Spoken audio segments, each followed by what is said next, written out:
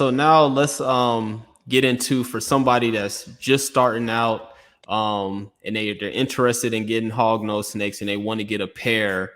Let's go through the actual breeding process, since you've been doing this for a long time. Starting out with, in your from your experience, what is the most appropriate age and size for a female and a male hognose to start breeding?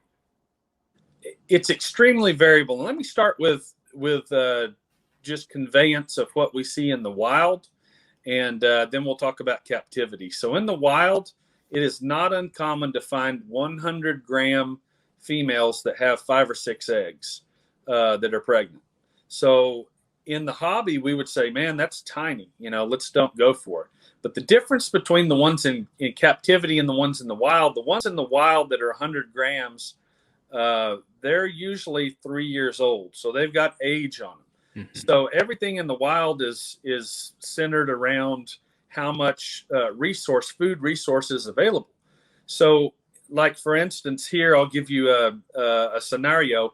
A friend of mine called me and they said, we've got little toads and frogs hopping everywhere out here at our house. They said it's like Moses' plague. Every time you step, there's just frogs scattering. Mm-hmm. So I went out to their little, what we call a playa lake. It's just a lake basin that fills with rainwater, and it's real flat and dry in our area. But I went out there this year and just in turning over, garbage or old tractor tires or whatever, in 1 week I caught 5 hognose snakes, and I have permits for those. So, I went ahead and collected those and bring those into the, breeding operation, obviously quarantined and whatever. But that's just kind of how we start our genetic bloodlines and whatnot. But each one of those snakes was a different size. But the largest snake I got, she was close to 30 inches and about 300 grams. And so in captivity, if a person feeds a hognose, not even power feeding, in 3 years, they could get, a snake up to 300 grams. But in the wild, being that, the rainfall totals and whatever affect how many, the food resource that's available, what I'm trying to say is they don't get as big as fast. But in the hobby, 100 gram females can produce viable eggs. One of the risks that's there is egg binding. So a lot of new breeders are like, I don't know what's going on. I know I've seen your video. You've had that. Yeah. I've had that as well. And it's a scary situation.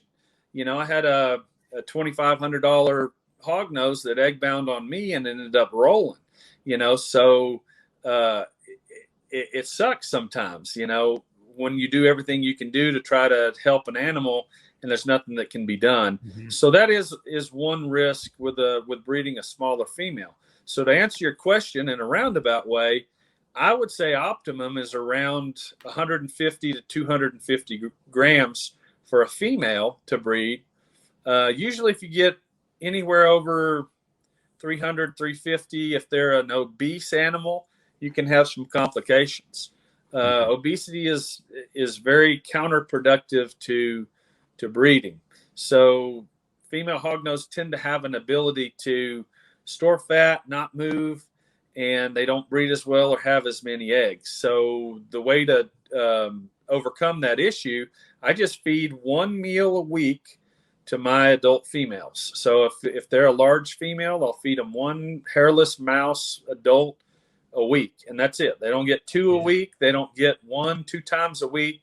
Now, if they're in the breeding age where they're building follicles and they're, getting ready to ramp up for breeding, then I'll increase the food. Sometimes depending on how fast they're going, I've got females that their metabolism is so high when they're breeding that they'll eat every single day, like a small adult mouse every day. And they don't put on a whole lot of weight because everything is headed towards the eggs. Yeah. So that's the size for females. Now, males, I've seen males breed as small as 12 grams. Now, I'm not suggesting for you to put your 12-gram male in with a female. I think males that can breed that small, you can damage them. They can injure their hemipene. They can have other complications such as, depending on what type of bedding you use. If a male, is small and he retracts his hemipene and it gets caught on, say some moss or some sandy chips or something like that, he can injure the inside of his organs more so than a larger animal would. So I would say an optimum size for a male would be, 40 to 70 grams. Probably for a male, that would be optimum. Generally speaking, that's going to be a male that's at least a year of age, maybe even 2 or 3. Now, I've seen males that had been in captivity for like 8 or 9 years that were still producing viable semen. I've seen females. My business partner John Lynch had a single female that was 23 years old, and that's when her reproductive cycle ended. So she had about 20 eggs every year from the time she was 4 until the time she was 20. And then those last 3 years, it just dwindled down to, 10, 6, 4, and then never again. So, that's just some things like that. So, I would kind of, base those sizes to be, optimum for breeding. You don't want to start them too quick, but again, you don't want to, make sure they're in poor health or something like that, if that makes sense.